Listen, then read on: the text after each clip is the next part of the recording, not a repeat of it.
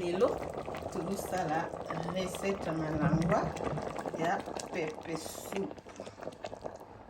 Voilà, lelo tolia malangwa ya pepe soup. Toza na assaisonnement na biso awa ya dressing flavor ya poisson. Assaisonnement eza disponible, tozoposte partout. Numéro eza likolo ya écran wana, tocontacte biso mpona kopase bacommande. Tozoposte partout et ezokoma sans problème. Voilà,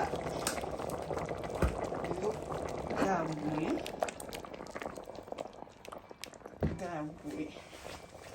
Une recette à malangwa ya pepe soup.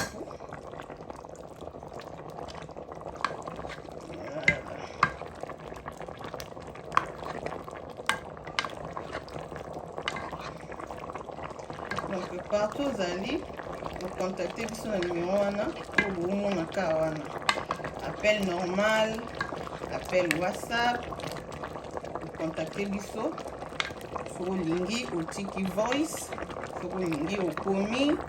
Faut lingi au bengi. On a la commande. Vous postez partout. Elenga sauce. On a une sauce dans le bébé. On a mon lingi se fait dans mon besu. On a présenté binongo. Faut qui est commis à suka. Misto mafuta maman tunanga. Et tu pas vraiment les malines. Donc tu as besoin de moins gravité. Voilà.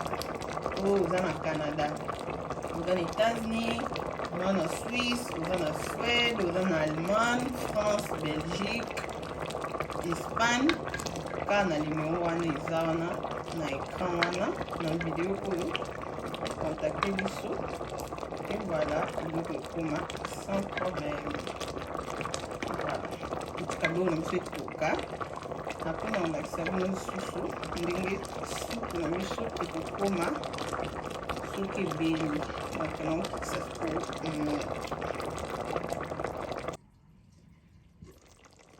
voilà la famille. Supu na biso ya malangwa yango oyo ebimi boye. Mafuta ebele te, malangwa azala ni deja na mafuta ni ebele. Donc totiaka mwa mafuta moko ya mokie. Voilà, sauce na biso yango oyo simple. Tosa na biso eloko grave te. Voilà, nde na baki na olakisa bino tomoni vraiment soupe na biso ekiti ebeli. Biso olingaka no na makemba, soupe loso, fufu, mbala, kakayo.